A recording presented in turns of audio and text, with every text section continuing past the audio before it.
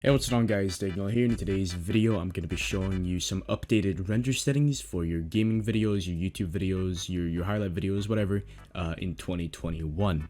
I'm going to be showing you this on Vegas Pro 16, however, these settings will work on any version of Vegas Pro, going back to probably the earliest versions available. So anyway, I've loaded up Vegas Pro right here, and in order to actually change your render settings, you want to go into your File tab and click on Properties. Now these may completely differ to you guys just right off the bat, but I'm going to be showing you how to change all of these to actually, look good and to be uploadable to YouTube and to have a, a reasonable file size. So right here, initially just the width and the height. This is obviously up to you if you want to have 2K or 4K, whatever. I would adjust this depending on the size of the footage that you are importing. However, a 1920 by 1080 is a nice base. Right here we have upper field order. We switch this to non-progressive scan. Pixel aspect ratio, select square right here. Output rotation 0. And frame rate, now this is obviously up to you. If you want to render in 30, that is completely fine, but I would recommend 60 for any sort of gaming video or, tutorial or whatever it may be. Alright, stereoscopic 3D mode, I would recommend setting this to off unless you have an effect in your timeline that requires this to be on. If you're not sure, I'm almost positive that you will have to set this at off because you will know if you need an effect to have stereoscopic 3D mode on. Right here we have pixel format, just select 8-bit. Right here, full resolution and render quality, set this to best, always set this to best. Blur mode type Gaussian, put it at that, always. Deinterlace method, none. And resample mode, disable resample. This last setting, resample, is very important. Always set this to disable resample. Resample is essentially just Vegas's shitty version of motion blur, and if that is something that you want on your track, I would highly recommend getting RSMB or Real Smart Motion Blur instead of resample, because resample looks like ass. And right here, adjust source media to better match project settings or render settings or whatever. Just make sure this is off. This is going to revert all of these changes that you have just made. And start all projects with these settings, put that on, enable. And just make sure to click apply. And right here in template, you can change this on to do 0326, just sort of name it. And you click on this floppy disk icon here and just click save and then apply.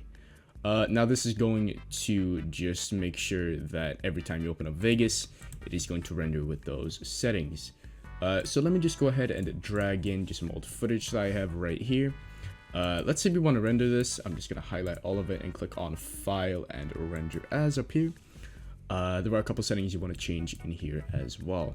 So initially you'll see this long list of formats you can choose from. I would highly recommend setting this to AVC, AAC, MP4. Just make sure that you have this option and click on that.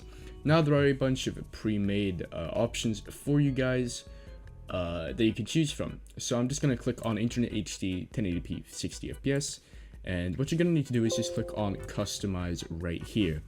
Now the first thing you're gonna notice is the frame rate. Make sure this is on the same rate that your project was on.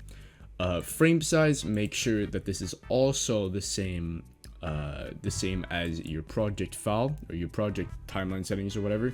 Because if it's not, the center point of certain pictures, or the anchor point rather, is going to change whether you like it or not, and that may end up causing a couple effects to look weird. Include video, enable previous download, set those to on. Allow source to adjust frame rate, I would recommend putting this to off, honestly. Profile, just set it to main, honestly. Frame rate 59.94, or whatever your project is on.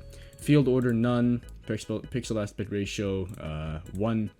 Number of reference frames 2. This doesn't really matter in my opinion. Just make sure it's between like 2 and 5, and there's no real difference. Now right here we get to bitrate. Now bitrate is going to decide how big your actual video is and what the quality of said video will have.